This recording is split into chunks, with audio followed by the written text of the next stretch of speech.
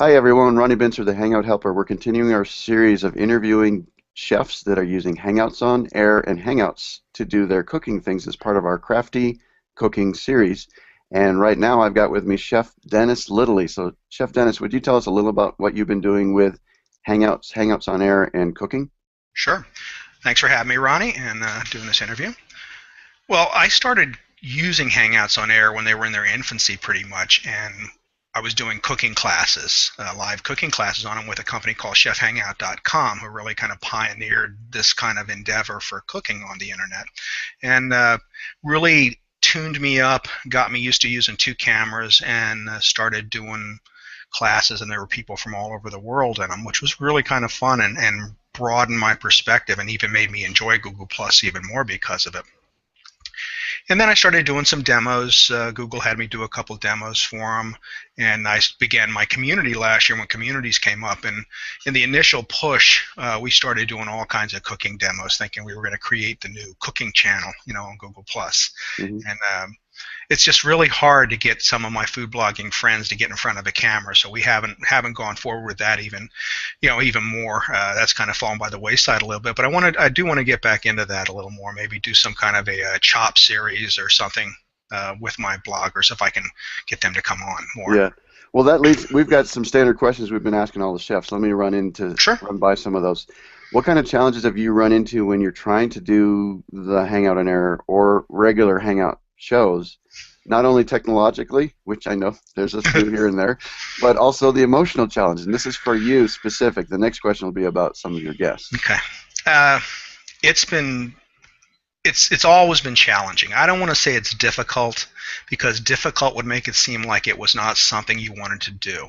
Challenging is a better way to put it, because they are so worth doing, these hangouts. Mhm. But I always tell people when they start, if there's a possibility that it can happen, it will happen sooner or later, Yeah, and possibly multiple times. So and at the worst take it. possible time, right? Oh, absolutely, always.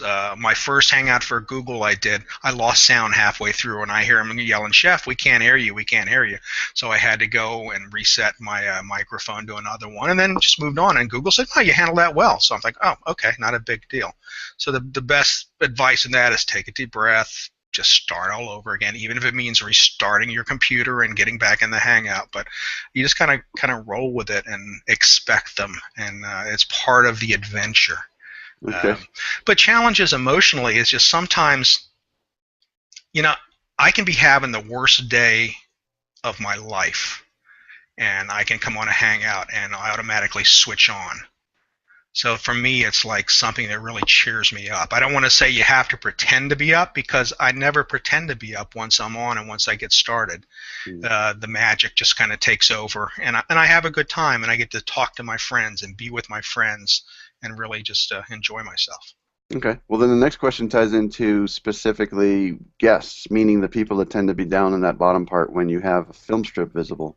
I'm assuming that when you do some of your cooking that there's guests inside that film strip. If there are, what are the challenges you've had with helping them technically as well as emotionally in case they run into issues? You never know what you're going to get.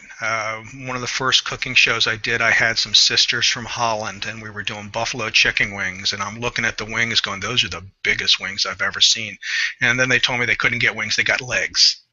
And I'm thinking, well, I can go all Gordon Ramsay on them, or I can take a deep breath and say, well, they're just going to taste just fine. So, you have to remember that people that are in your film strip aren't possibly, I mean, I'm technically challenged, but lots of times they're even more technically challenged. And the biggest problem that's hard to overcome that I do hit is when people don't have headphones on, and the computer they're using, the microphone's too close to the speaker, and you get that echo. And Mhm. that's really difficult to speak when you hear yourself speaking right Right. behind your ear. And sometimes they'll have a little player in the background and forgot that they need to turn that off because that's about 20, 30 seconds behind, and that Yeah, that can get real confusing to people. very. So now we got some specific questions about the cooking part, specifically to the cooking. Do you find that there's certain types of food, like we're talking about being crafty in your cooking endeavors? Are there certain types of foods that you think are better than others when you're doing your live shows? I have done all kinds of food when I've done the cooking segments, and it's not so much types that lend them better. Of course, fried foods are difficult because you have the crackling of the oil sound and it's making a mess. So you really want to think about what you're making. And I had a friend of mine, David Leet, tell me when he used to start doing them on TV, he would have it in 3 sessions. He would have the basic beginning of it, he would have it midway done finished, and he would have it finished, because number one, you're not going to have enough time to really go through the whole process, which is something we learned along the way if you're just doing a demo. And sometimes it helps get rid of some of the mess, but also I've learned like food processors are not necessarily a good thing. Blenders are not necessarily make a little bit of loud, they're a little loud. They make a lot of noise, so think through the equipment that you use, and it's not so much the food, it's the equipment that you might use. Okay. And I have found that those new cookers, induction cookers, are great for doing demos, and they're cheap. That's a little box thing you just stick. You plug it in, it draws normal amperage, and it boils water as fast as gas. So I mean, it's really hot. It really gets hot quick. Okay. Well, you already covered the last question, which had to do with do you like the idea of food in phases?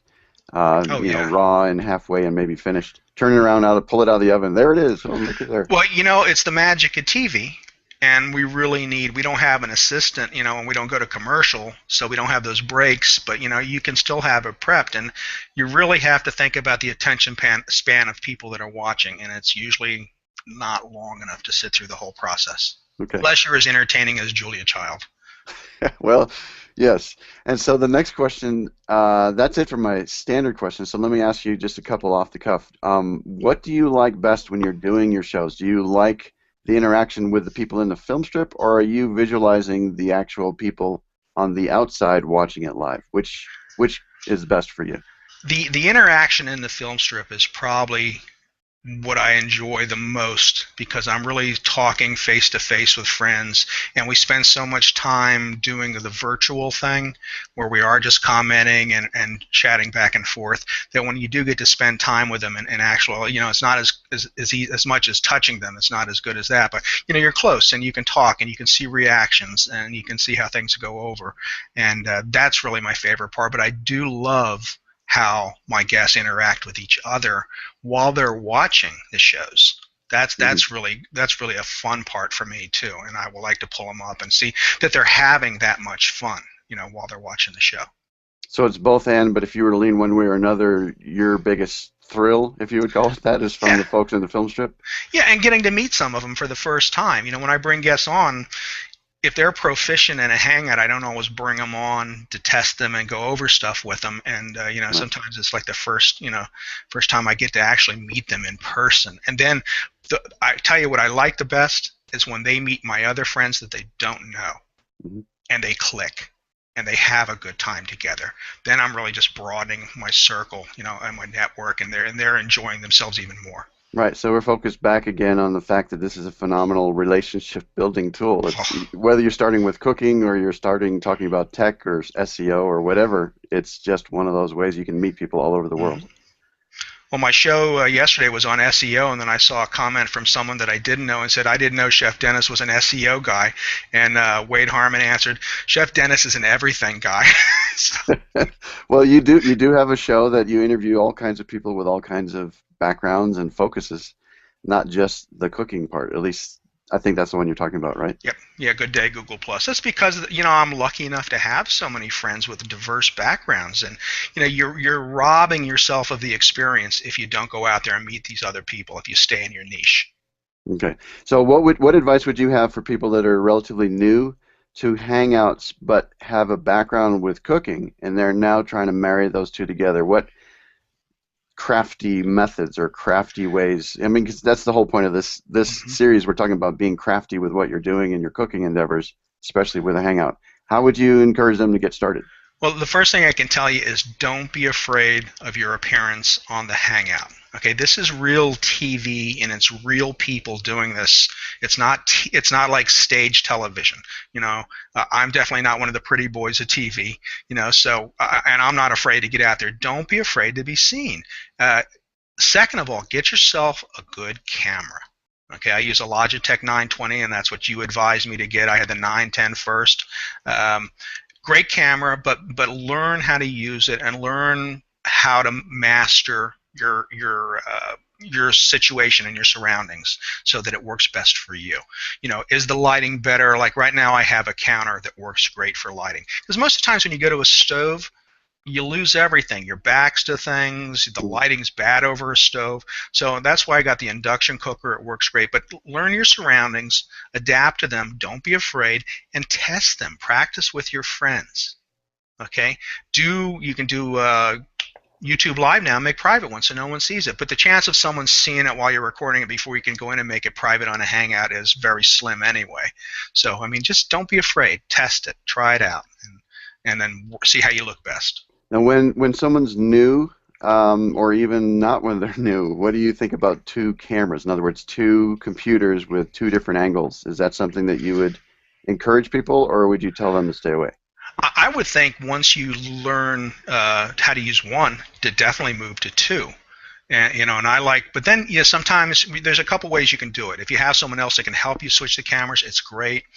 You taught me the trick of just leaving them activated by sound, so whichever one you're making the noise closer to will open up in the screen. And then when I was teaching classes, I used one mostly on exactly what I was doing, and the other one I would lean into and talk to the people. So the second one wasn't so much for angle on what I was making. I think one camera on what you're making is good unless it's really something intricate. People will get the idea. But a second camera is nice if you can work it in, and then it gets you up close and personal, because generally my one camera is up high and it's coming down a little bit on my workspace. So the second laptop, I can just use that camera and I can lean in and talk to people real close and personal. So I like that effect. Right. The one concern that I would at least tell people right up front is the bandwidth that your internet has for your location, your home or your office or wherever you're doing this. You're going to cut it in half when you have two cameras or two computers. So just realize that's going to be one of the concerns, and the upload speed is what's really important. In fact, that brings me back one other quick question. When you're helping people that are in the film strip and it's just not looking so good, what do you tell them to do? Well, when they're not looking so good, the first thing I tell them to do is to plug in directly to their router. A wire. Yes, a wire. Not wireless. Very good. Wireless is not. You passed the test. Excellent. Yeah. And you know how you can tell sometimes that their bandwidth's not good is when the lower thirds gets blurry. So, and I think you taught me that too. But that's a good way to see. And also if they lose synchronicity, which can happen even if you're wired, though. Again, one of the Google things. But there's ways to tell. And people tend not to believe you when you tell them they can't be on Wi-Fi. And anymore, I just, I either want to beat my head against a wall or I take a deep breath and go, okay, they're going to learn the hard way. But unfortunately, what that does sometimes is it turns them off, because they'll say, oh, I look so bad, I kept losing connections. Well, duh. Right. If you had listened to me and wired, we wouldn't be talking about these things. Okay, so good camera, good lighting, plug in a wire, and have fun, right? Those absolutely. If you can't have fun doing it, you're going to have a terrible hangout. Okay. Well, great. This is one of a few that we've got. We're interviewing various chefs talking about using Hangouts on Air, Hangouts, along with their cooking endeavors to do crafty cooking things. And we're going to have a live show with all the chefs together on the 8th of January, 2014 at 1 p.m. Eastern, and we'll see you there as well as you, Chef Dennis, right? Absolutely. I wouldn't miss it. Fantastic. So we'll see you soon. Thanks. Thank you. Bye-bye.